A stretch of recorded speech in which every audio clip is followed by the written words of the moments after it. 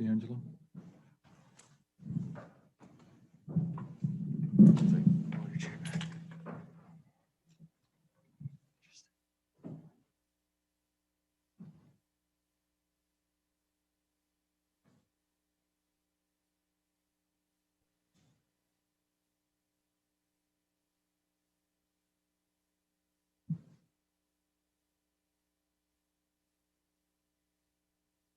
I've listened to all your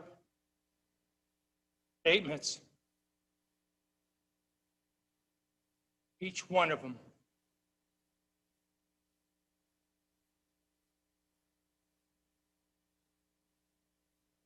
And I'm really sorry to everyone I've heard. Thank you, Your Honor. Thank you, sir. Defense submitted. As he has desired since the beginning of this case, Mr. DeAngelo has accepted responsibility for his crimes by pleading guilty and has even admitted uncharged crimes. He's now prepared to be. Thank you. Thank you, Mr. Kress. With respect to the approval of this disposition, the court approves of this plea. I have considered the comments of counsel, the facts in this case, as well as the overall circumstances of this disposition. I've considered the defendant's age, the fact there are inmates currently on death row and have been so for 30 years. I have considered the fact that there is currently a moratorium on the death penalty in California.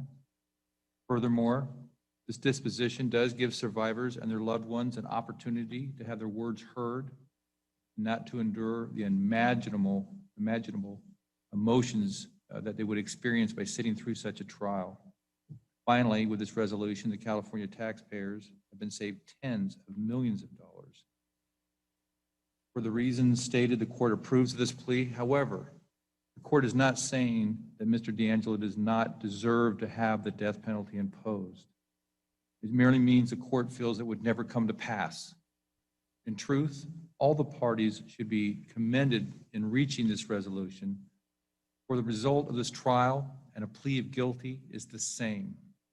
Mr. DeAngelo will spend the rest of his natural life and ultimately meet his death confined behind the walls of a state penitentiary.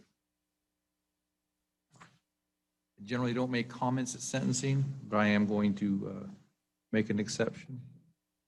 Having approved of this plea, I will now move on to the imposition of sentence. Mr. DeAngelo, I've listened for the last 3 days from the people you've terrorized and their friends and their family. Their impact statement will always be with me. I was moved by their courage, their grace, their strength, all qualities you clearly lack. I know whatever words I say today will pale in comparison to the words the survivors have spoken. They need to be said. The fundamental principle of law that justice delayed is justice denied is no truer than in this case. But for the dogged persistence and perseverance of law enforcement, their survivors, their families, and citizen detectives, this case may have remained unsolved. There are many heroes like Carol Daly, Paul Holes, Michelle McNamara, and many heroes that I don't even know that brought this day here. I have little doubt, but for the tenacity and unwavering quest for justice exhibited by Sacramento District Attorney's Office, Emery Schubert, you may have escaped earthly justice altogether. If I listened to the survivors and I've watched you, I could not help but wondering, what are you thinking? Are you capable of comprehending the pain and anguish you have caused? To quote the great American novelist and California native John Steinbeck, to a man born without a conscience, a soul-stricken man must seem ridiculous. To a criminal, honesty is foolish. You must not forget that a monster is merely a variation, and that to a monster, the norm is monstrous. Mr. Steinbeck seems to think that monsters are born and not created. I'm not so sure, but one thing I do know, when a person commits monstrous acts, they need to be locked away or they can never harm another innocent person.